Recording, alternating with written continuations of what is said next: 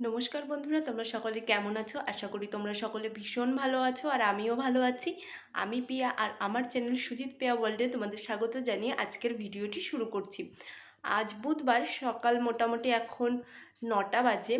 তো আমি আমার সমস্ত কাজ কমপ্লিট করে নিয়েছি।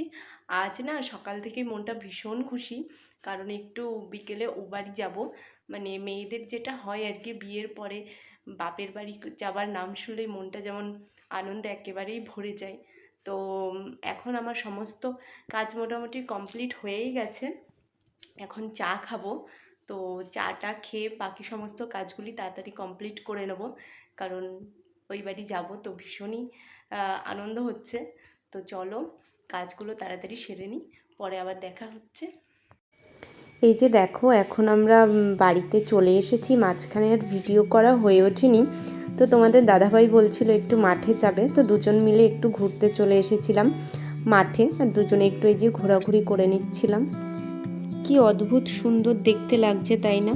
গ্রামের শান্ত পরিবেশ আর মিষ্টি হাওয়া মনটি যেন একেবারে ভিতর থেকে ভরে আসে।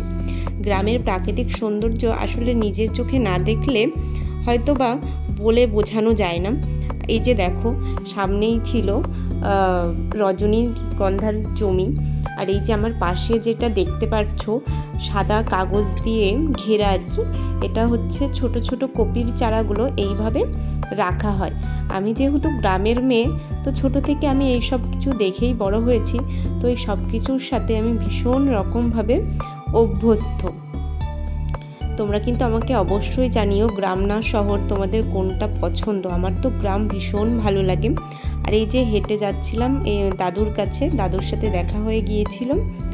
এই যে দাদুর সাথে চলে এসেছিলাম দাদুদেরই পুকুরে। দাদু বলছিল চল একটু ঘুরে আসবি পুকুর থেকে। তোমাদের দাদাভাই বলছিল ওর খুব ইচ্ছা আর কি যেরকম পুকুর থেকে মাছ ধরার, তো দাদুকে সেটা বলছিলাম। দাদু বলছিল এবার যখন আসবি তখন মাছ ধরিস পুকুরে, খুব ভালো লাগবে। তোমাদের দাদাভাই ভীষণ পছন্দ করে এইগুলো। আর এই যে দেখো, একটু হেঁটে সামনের দিকে যাচ্ছিলাম, আর এই যে বেগুন ক্ষেতটা দেখছো, এটা দাদু বলছিল এবার যখন আসবি বস্তা নিয়ে আসবি, নিয়ে যাবি, তোরা তো সব কিছুই কিনে খাস। তো এই যে দেখো, এখনও যেহেতু গাছগুলো ছোট ছোটই আছে।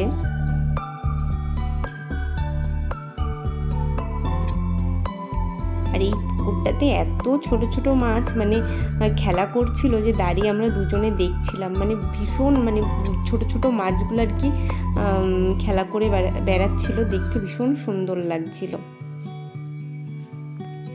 যে দেখো, একটু যাচ্ছিলাম হেঁটে হেঁটে সামনের দিকে। তোমাদের দাদাভাইকে আমি একটু বলছিলাম যে দেখাও বেগুন ক্ষেতটা একটু ভালো করে। দেখো, খুব সুন্দর একটা বিকেল কাটিয়েছিলাম আজকে দুজনে মিলে।